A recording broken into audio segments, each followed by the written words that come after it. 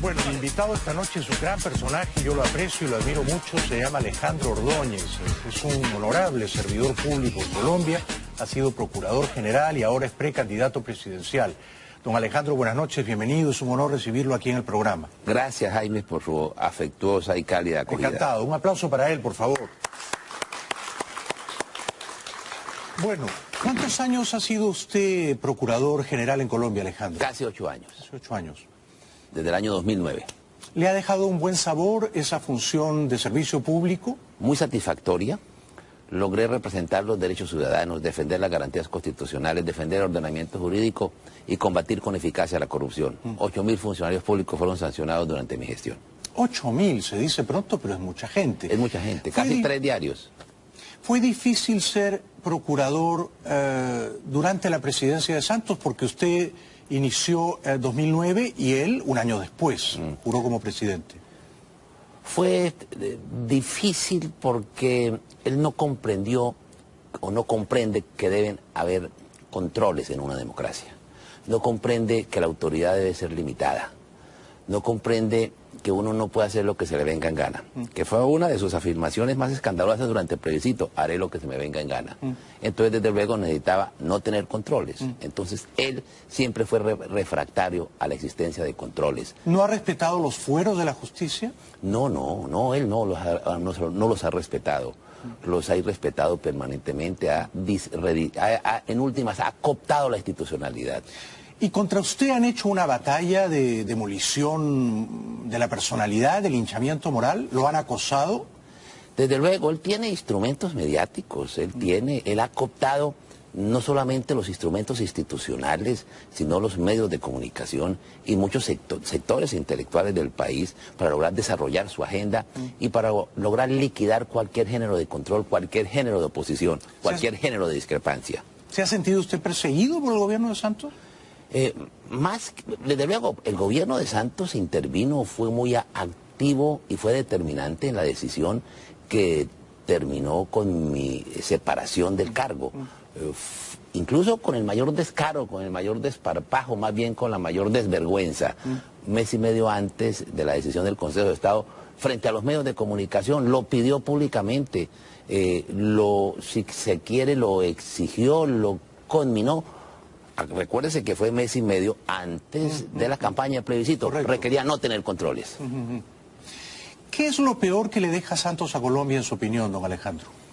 Bueno, la claudicación, la entrega de la institucionalidad a la FARC. Hoy la FARC cogobierna Colombia. Y no solamente cogobierna Colombia, sino que dejó abiertas las autopistas para llegar al poder sin los menores contratiempos y con los menores obstáculos. ¿Por qué considera usted que las FARC cogobiernan Colombia en este momento 2017?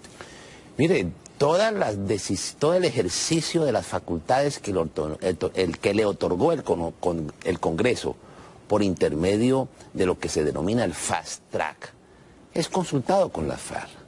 Y es un instrumento hecho realmente para implementar lo acordado en La Habana, y esa implementación no se hace sino con el visto bueno de la FARC. Pero igualmente existe un instrumento jurídico creado y diseñado en La Habana para determinar exactamente toda la implementación que se adecue a lo acordado en La Habana. Hoy, sin lugar a dudas, con la más clara tranquilidad podemos decir que la FARC cogobierna en Colombia. ¿El acuerdo de paz con las FARC lesiona la Constitución? ¿Está reñido con la Constitución? Fundamentalmente, claro que sí. ¿En su espíritu? En su espíritu. Mire, lo que hubo en La Habana fue una constituyente. Lo que hubo en La Habana fue el rediseño de nuestro ordenamiento constitucional. Lo que hubo en La Habana fue una modificación de la Constitución a espaldas de los instrumentos de la misma norma constitucional que establece la forma de su modificación. Pero además el pueblo en octubre votó en contra de ese acuerdo de paz. Claro, mire, es que lo que pasó en Colombia no tiene antecedentes en las democracias de la región. El pueblo decidió rechazar integralmente el acuerdo, dijo no. El presidente Santos, contrariando su promesa que el pueblo tendría la última palabra, hizo lo que se le vino en Ghana. Impuso el acuerdo a la brava, desconociendo la decisión popular.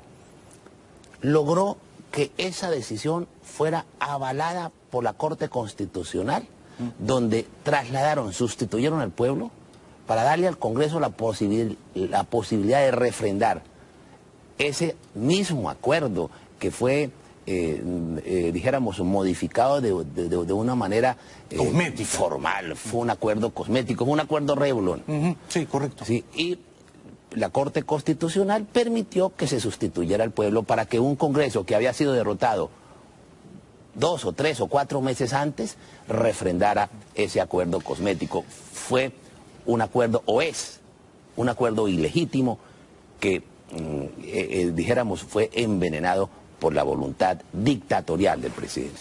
Si usted gana la presidencia en su país, Colombia, el próximo año, probablemente en la segunda vuelta, ¿no? La primera es en mayo, la segunda me parece que es en junio. Es en mayo, a finales de mayo. Correcto. ¿Usted de qué manera cambiaría este acuerdo de paz que califica de ilegítimo, Alejandro? Mire, allá hay una gran deuda que se tiene con los ciudadanos.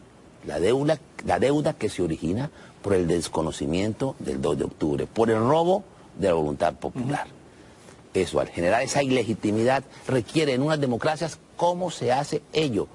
Pues toca inevitablemente en un escenario constituyente, en una asamblea constituyente, donde se debe tener muy claro que la condición es el triunfo de quienes triunfamos el 2 de octubre. Eso permitirá la convocatoria de una constituyente, entre otras cosas, para modificar los acuerdos, para no solamente modificar, para saldar esa deuda que se tiene con los colombianos. Parte del acuerdo de paz, que a mí francamente me deja perplejo, es reservarles a los jefes de las FARC 10 bancas en el Congreso, ¿verdad? 5 en el Senado, 5 en la Cámara. ¿Esto es correcto? Mire, es así, pero no solamente las 10. Independientemente de la voluntad popular. Claro, 10 que se las regalan. Regaladas. Pero hay otras de 16. Si uno le pregunta al gobierno, cualquiera de quienes hacen una defensa y una apología del acuerdo, dicen, no, esos 16 no son para la FARC. Claro que son para la FARC, porque van a ser en regiones donde ellos ejercían dominio y control territorial. Y van a ser más que para eso, para organismos o asociaciones civiles, pero esas asociaciones civiles, esas asociaciones cívicas tienen la influencia de la FARC. Entonces no serán 10, serán mínimo 26 congresistas que se les dan a regalar a la FARC. Antes de ir a la publicidad, le ruego una respuesta corta. En su opinión, y usted es un hombre de leyes, de derecho, no reconocido así en España, por ejemplo, ¿no? Jefes de las FARC como Timochenko y Rodrigo Londoño, como Iván Márquez, que han estado hoy en el Congreso de Bogotá, ¿deberían ir a la cárcel? Por supuesto, por supuesto. Todos los colombianos estábamos dispuestos a que hubiese reducción de la pena, pero no en los términos de esta impunidad. Deberían existir penas privativas de la libertad. Eso lo que hace es deslegitimar y convertir en una concesión de impunidad que ha generado las reacciones que ha generado. Pues es un gran honor recibirlo aquí en el programa, don Alejandro Ordóñez. Bueno, estoy encantado de recibir esta noche en el programa a don Alejandro Ordóñez, ex procurador general en Colombia y ahora precandidato presidencial. Le anuncié a Alejandro una pregunta. Usted va a inscribir su candidatura, entiendo que está recolectando firmas alrededor del mes de enero, pero al mismo tiempo el partido del expresidente Uribe, el Centro Democrático, entiendo que va a inscribir también la candidatura presidencial de alguien que elija el presidente Uribe.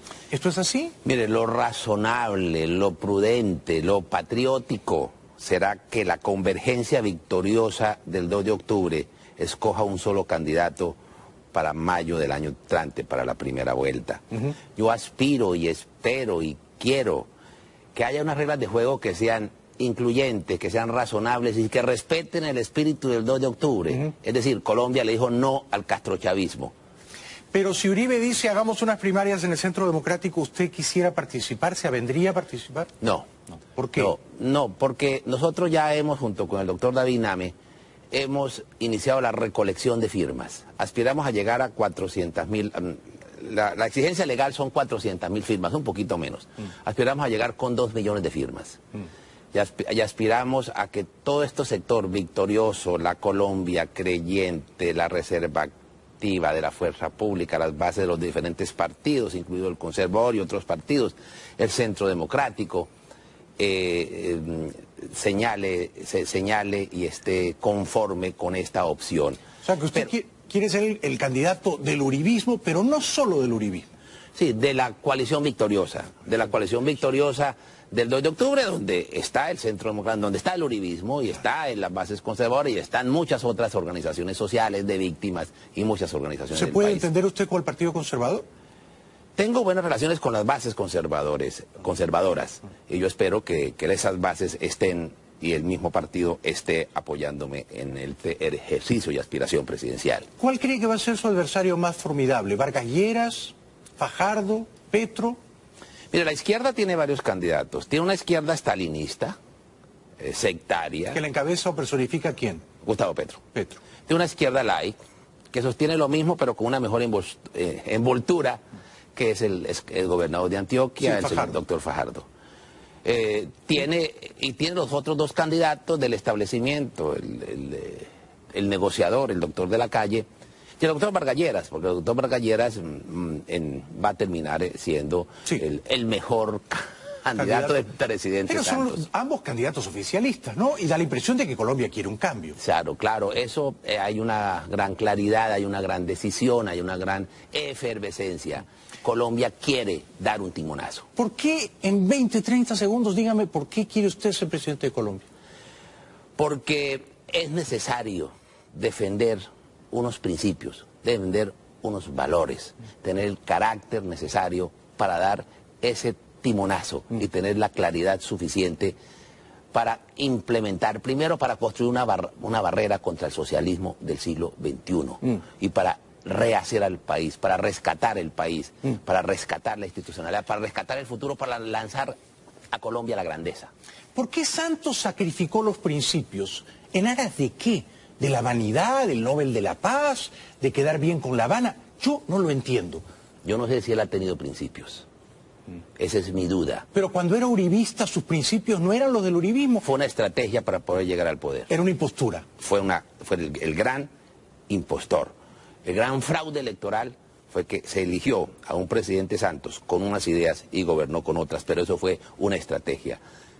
Yo estoy creyendo, hoy tengo la certeza moral de que él nunca tuvo estos principios, fue intereses, y esos intereses los desarrolló de la manera que conocemos. Ahora, don Alejandro, usted mencionó el socialismo del siglo XXI, ¿no? En Venezuela hay una dictadura, estamos de acuerdo, ¿no? Hay una dictadura narcotraficante, genocida, ¿no? Monitoreada, por supuesto, desde La Habana, ¿no? Ahora, ¿hay el riesgo de que ese fenómeno se extienda a su país, Colombia? Pero por supuesto, hay una amenaza continental. Hay una amenaza continental y por eso la defensa es de la democracia continental. Hay una amenaza continental monitoreada, auspiciada y desarrollada desde Cuba, que ha tenido sus expresiones, que tuvo algún bache ante la muerte del señor, del expresidente venezolano, de Chávez, y con la bajada del petróleo. Pero es indudable que hay una agenda que se está desarrollando de manera consciente, de manera concienzuda. ¿Santos ha sido funcional a esa agenda? Ha sido un instrumento muy eficaz, un instrumento muy eficiente. Entonces hay una conspiración continental, liderada desde Cuba, teniendo como instrumentos a Venezuela. Y Colombia está corriendo el riesgo de constituirse en una segunda Venezuela. Porque estamos hablando, don Alejandro, de una izquierda que es antidemocrática, ¿no es cierto? Que a lo mejor usa la vía electoral para llegar al poder, capturarlo y luego subvertir por completo el Estado de Derecho. Desde luego. Y los ejercicios democráticos son meras formalidades, como lo ha sido en Venezuela y como ha sido las reiteradas decisiones en Venezuela. Por eso en Venezuela una de las primeras instituciones que capturaron fue el poder electoral. Lo mismo hicieron en Colombia, lo del plebiscito fue eso, nada más que eso. Ellos estaban dispuestos a no cumplir las decisiones del 2 de octubre. Mire, es que lo del presidente Santos fue escabroso. Primero amenazó con el terrorismo urbano, recuerden, con instrumentos de guerra psicológica. Después abusó de una manera reiterada del poder. Después desapareció a los contradictores. La salida mía tiene esa explicación. Instrumentalizó el Consejo de Estado y la decisión del Consejo de Estado para que no existiera. Mire, la amenaza continental que está diseñándose, promoviéndose desde Cuba, hoy el proceso de La Habana, porque eso no es un proceso de paz, es el proceso de La Habana, tiene un instrumento eficaz para ello y lo tiene en Venezuela. Y Colombia va raudamente a ser la segunda Venezuela si no nos oponemos y nos vamos a oponer y lo vamos a derrotar y vamos a descarrilar ese proceso, tenga la absoluta certeza. Celebro su determinación. Un aplauso para Alejandro Ordóñez. No podemos permitir, don Alejandro, yo soy un colombiano de corazón, no podemos permitir que la izquierda chavista, antidemocrática, castrista, capture el poder por la vía electoral en Colombia. No se puede permitir. Y nos tienen un cuento chino que muchos han creído, incluso nuestra clase dirigente, que es una clase dirigente empresarial y económica y financiera vergonzosa, que renunciaron a sus principios para proteger sus intereses. Y pretenden convencer a muchos de los sectores políticos que esto es inevitable, que esto es pétreo, que esto es inamovible, que no se puede hacer nada. No, eso no tiene ningún blindaje, no resiste un caucherazo constituyente, tiene un blindaje grado 2. Publicidad y regresamos con don Alejandro Ordóñez. Sí, es un gran honor haber recibido esta noche a don Alejandro Ordóñez, que ha hecho un trabajo formidable como Procurador General en Colombia y es ahora precandidato presidencial y goza, por supuesto, de mis abiertas simpatías. Ahora bien, nos quedan 3-4 minutos y yo creo que es divertido plantearle esta pregunta. Porque vi en las redes sociales que a usted lo llamaban el obispo. No sé si eso entraña una simpatía, un elogio o una crítica. Y también decían que yo no iba a poder conversar con usted. Decían, porque Bailey es un gay promiscuo. Bailey es una loca perdida. Esta es la imagen que yo tengo, imagínense, es mi fama. Entonces decían, ¿qué van a hablar el obispo y el gay? Bueno, entonces yo le tengo que preguntar, además con todo cariño, ¿no? ¿Es usted efectivamente tan homofóbico como dicen sus detractores? Mire, yo estuve en la Procuraduría casi 8 años y nombré a varios homosexuales por sus competencias profesionales. O sea, ¿tiene amigos homosexuales? Y tengo amigos homosexuales. Hay que hacer una distinción. El homosexual tiene una dignidad humana como cualquier otra persona. Y una cosa es ello y otra cosa es el lobby gay que pretende imponer una ideología. ¿Usted se opone al matrimonio igualitario homosexual? Sí, claro que sí, ya a la adopción. Y lo he, dijéramos, no solamente personal, no solamente en la cátedra, sino en el ejercicio de las funciones públicas cuando me correspondió conceptuar, presentar un concepto ante la Corte Constitucional. Pero usted tiene amigos homosexuales. Desde luego, mire, yo soy... No los trata mal, no los discrimina. Mire, yo soy católico y como católico tengo unos deberes de amar al prójimo, que es, dijéramos, uno de los mensajes fundamentales, el amor al prójimo, el amor al otro. Sepa usted que yo respeto profundamente la fe religiosa. La respeto profundamente porque mi madre es una persona de inquebrantable fe. Con mi madre tenemos las discrepancias que tengo con usted. Ella también se opone al matrimonio homosexual. Yo lo veo con simpatía. Yo tengo esta fama de ser gay y promiscuo, pero ni una cosa ni la otra.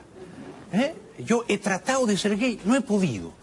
Me gustan mucho las mujeres, me he casado 2 veces, tengo 3 hijas, pero no le voy a negar que a veces he sucumbido, sí, a la exploración, en fin, del amor entre varones. Dicho eso, podemos discrepar amigablemente, ¿no? Claro, y tampoco yo soy obispo. Ni es usted obispo, ni soy yo gay promiscuo, ¿no es cierto? Sí, cierto, así es. Y creo que las cosas que nos unen, don Alejandro, son mucho más importantes que nuestras pequeñas pasajeras episódicas discrepancias, ¿no? Claro, y tenemos que seguir hablando porque en el futuro, ya cuando sea candidato, oficial, tenemos que decir, porque va a haber mucho de qué hablar. Estamos en la misma batalla. Cuente usted con mi simpatía, con mi aprecio y con mi admiración. Gracias, muchas gracias. Un aplauso a Alejandro Ordóñez. Gracias. Mira la publicidad y le robo una respuesta corta. En su opinión, y usted es un hombre de leyes, de derecho, no reconocido así en España, por ejemplo, ¿no?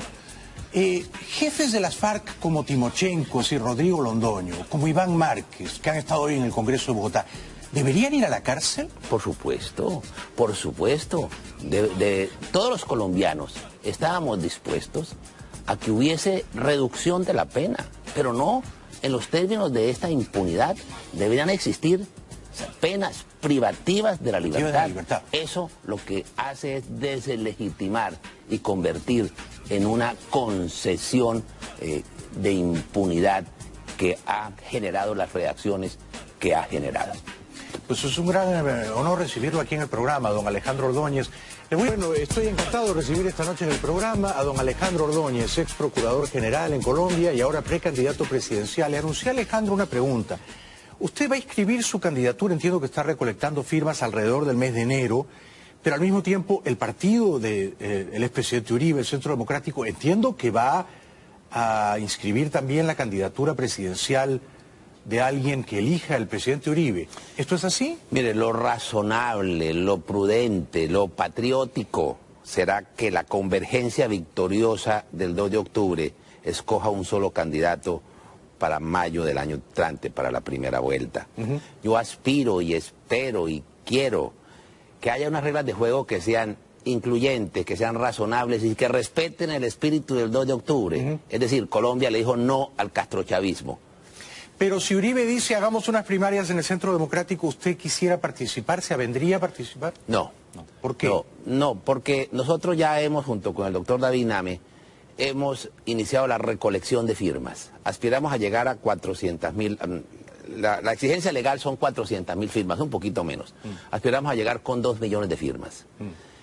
Y aspiramos a que todo este sector victorioso, la Colombia creyente, la Reserva Activa de la Fuerza Pública, las bases de los diferentes partidos, incluido el Conservador y otros partidos, el Centro Democrático,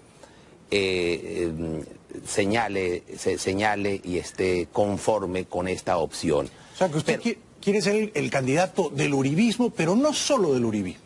Sí, de la coalición victoriosa, del 2 de octubre, donde está el Centro Democrático, donde está el uribismo y está en las bases conservadoras y están muchas otras organizaciones sociales de víctimas. Bueno, mi invitado esta noche es un gran personaje, yo lo aprecio y lo admiro mucho, se llama Alejandro Ordóñez, es un honorable servidor público en Colombia, ha sido procurador general y ahora es precandidato presidencial. Don Alejandro, buenas noches, bienvenido, es un honor recibirlo aquí en el programa. Gracias, Jaime, por su afectuosa y cálida acogida. Encantado, un aplauso para él, por favor. Bueno, ¿cuántos años ha sido usted procurador general en Colombia, Alejandro? Casi 8 años. Casi 8 años. Desde el año 2009. ¿Le ha dejado un buen sabor esa función de servicio público? Muy satisfactoria. Logré representar los derechos ciudadanos, defender las garantías constitucionales, defender el ordenamiento jurídico y combatir con eficacia la corrupción. 8.000 funcionarios públicos fueron sancionados durante mi gestión. 8.000, se dice pronto, pero es mucha gente. Es mucha gente, casi 3 diarios. ¿Fue difícil ser procurador durante la presidencia de Santos? Porque usted inició en 2009 y él un año después juró como presidente. Fue difícil porque él no comprendió o no comprende que deben haber controles en una democracia. No comprende que la autoridad debe ser limitada. No comprende que uno no puede hacer lo que se le venga en gana. Que fue una de sus afirmaciones más escandalosas durante el plebiscito: haré lo que se me venga en gana. Entonces, desde luego, necesitaba no tener controles. Entonces, él siempre fue refractario a la existencia de controles. ¿No ha respetado los fueros de la justicia? No, él no los ha respetado. Los ha irrespetado permanentemente, en últimas, ha cooptado la institucionalidad. ¿Y contra usted han hecho una batalla de demolición de la personalidad, de linchamiento moral? ¿Lo han acosado? Desde luego, él tiene instrumentos mediáticos, él ha cooptado no solamente los instrumentos institucionales, sino los medios de comunicación y muchos sectores intelectuales del país para lograr desarrollar su agenda y para lograr liquidar cualquier género de control, cualquier género de oposición, cualquier género de discrepancia. ¿Se ha sentido usted perseguido por el gobierno de Santos? Desde luego, el gobierno de Santos intervino, fue muy activo y fue determinante en la decisión que terminó con mi separación del cargo. Incluso con el mayor descaro, con el mayor desparpajo, más bien con la mayor desvergüenza. Un mes y medio antes de la decisión del Consejo de Estado, frente a los medios de comunicación, lo pidió públicamente, si se quiere, lo exigió, con mínimas y muchas organizaciones del país. ¿Se puede entender usted con el Partido Conservador? Tengo buenas relaciones con las bases conservadoras, y yo espero que esas bases estén y el mismo partido esté apoyándome en el ejercicio y aspiración presidencial. ¿Cuál cree que va a ser su adversario más formidable? ¿Vargas Lleras, Fajardo, Petro? Mire, la izquierda tiene varios candidatos. Tiene una izquierda stalinista, sectaria. ¿Que la encabeza o personifica quién? Gustavo Petro. Petro. Tiene una izquierda light, que sostiene lo mismo, pero con una mejor envoltura, que es el gobernador de Antioquia, sí, el señor doctor Fajardo. Tiene los otros dos candidatos del establecimiento, el negociador, el doctor de la calle, y el doctor Vargas Lleras, porque el doctor Vargas Lleras va a terminar siendo sí, el mejor candidato del presidente Pero Santos. Son ambos candidatos oficialistas, ¿no? Y da la impresión de que Colombia quiere un cambio. Claro, eso hay una gran claridad, hay una gran decisión, hay una gran efervescencia. Colombia quiere dar un timonazo. ¿Por qué en 20, 30 segundos, dígame, por qué quiere usted ser presidente de Colombia? Porque es necesario defender unos principios, defender unos valores, tener el carácter necesario para dar ese timonazo y tener la claridad suficiente para implementar, primero para construir una barrera contra el socialismo del siglo XXI y para rehacer al país, para rescatar el país, para rescatar la institucionalidad, para rescatar el futuro, para lanzar a Colombia a la grandeza. ¿Por qué Santos sacrificó los principios? ¿En aras de qué? ¿De la vanidad, del Nobel de la Paz, de quedar bien con La Habana? Yo no lo entiendo. Yo no sé si él ha tenido principios. Esa es mi duda. Pero cuando era uribista, sus principios no eran los del uribismo. Fue una estrategia para poder llegar al poder. Era una impostura. Fue el gran impostor. El gran fraude electoral fue que se eligió a un presidente Santos con unas ideas y gobernó con otras, pero eso fue una estrategia. Yo he creído, estoy creyendo, hoy tengo la certeza moral de que él nunca tuvo estos principios, fue intereses, y esos intereses los desarrolló de la manera que conocemos. Ahora, don Alejandro, usted mencionó el socialismo del siglo XXI, ¿no? En Venezuela hay una dictadura, estamos de acuerdo, ¿no? Hay una dictadura narcotraficante, genocida, ¿no? Monitoreada, por supuesto, desde La Habana, ¿no? Ahora, la idea de refrendar ese mismo acuerdo que fue, dijéramos, modificado de una manera cosmética, formal, fue un acuerdo cosmético, fue un acuerdo Revlon. Sí, correcto. Sí, y la Corte Constitucional permitió que se sustituyera al pueblo para que un Congreso que había sido derrotado 2 o 3 o 4 meses antes refrendara ese acuerdo cosmético. Fue un acuerdo, o es un acuerdo ilegítimo que, dijéramos, fue envenenado por la voluntad dictatorial del presidente. Si usted gana la presidencia en su país, Colombia, el próximo año, probablemente en la segunda vuelta, ¿no? La primera es en mayo, la segunda me parece que es en junio. Es en mayo, a finales de mayo. Correcto. ¿Usted de qué manera cambiaría este acuerdo de paz que califica de ilegítimo, Alejandro? Mire, allá hay una gran deuda que se tiene con los ciudadanos. La deuda que se origina por el desconocimiento del 2 de octubre, por el robo de la voluntad popular. Eso, al generar esa ilegitimidad, requiere en unas democracias, ¿cómo se hace ello? Pues toca inevitablemente en un escenario constituyente, en una asamblea constituyente, donde se debe tener muy claro que la condición es el triunfo de quienes triunfamos el 2 de octubre, eso permitirá la convocatoria de una constituyente, entre otras cosas, para modificar los acuerdos, para no solamente modificar, para saldar esa deuda que se tiene con los colombianos. Parte del acuerdo de paz, que a mí francamente me deja perplejo, es reservarles a los jefes de las FARC 10 bancas en el Congreso, ¿verdad? 5 en el Senado, 5 en la Cámara. ¿Esto es correcto? Mire, es así, pero no solamente las 10. Independientemente de la voluntad popular. Claro, 10 que se las regalan. Regaladas. Pero hay otras de 16. Si uno le pregunta al gobierno, cualquiera de quienes hacen una defensa y una apología del acuerdo dicen, no, esos 16 no son para la FARC. Claro que son para la FARC, porque van a ser en regiones donde ellos ejercían dominio y control territorial.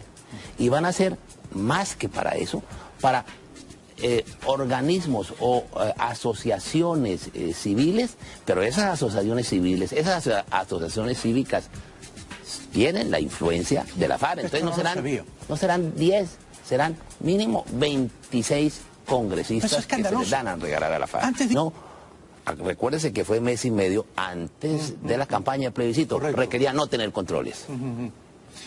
¿Qué es lo peor que le deja Santos a Colombia, en su opinión, don Alejandro?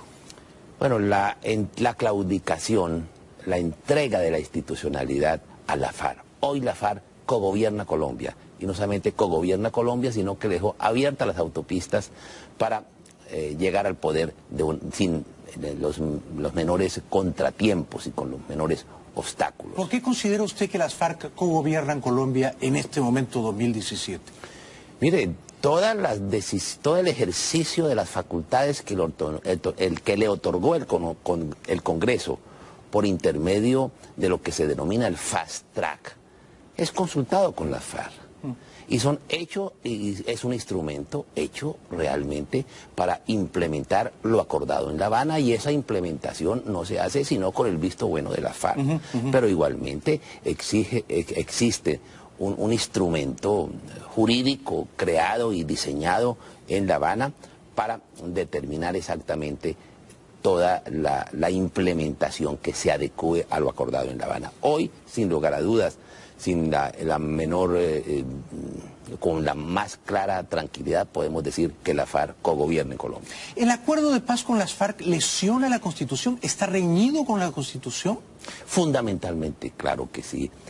¿En su espíritu? En su espíritu. Mire, lo que hubo en La Habana fue una constituyente. Lo que hubo en La Habana fue el rediseño de nuestro ordenamiento constitucional.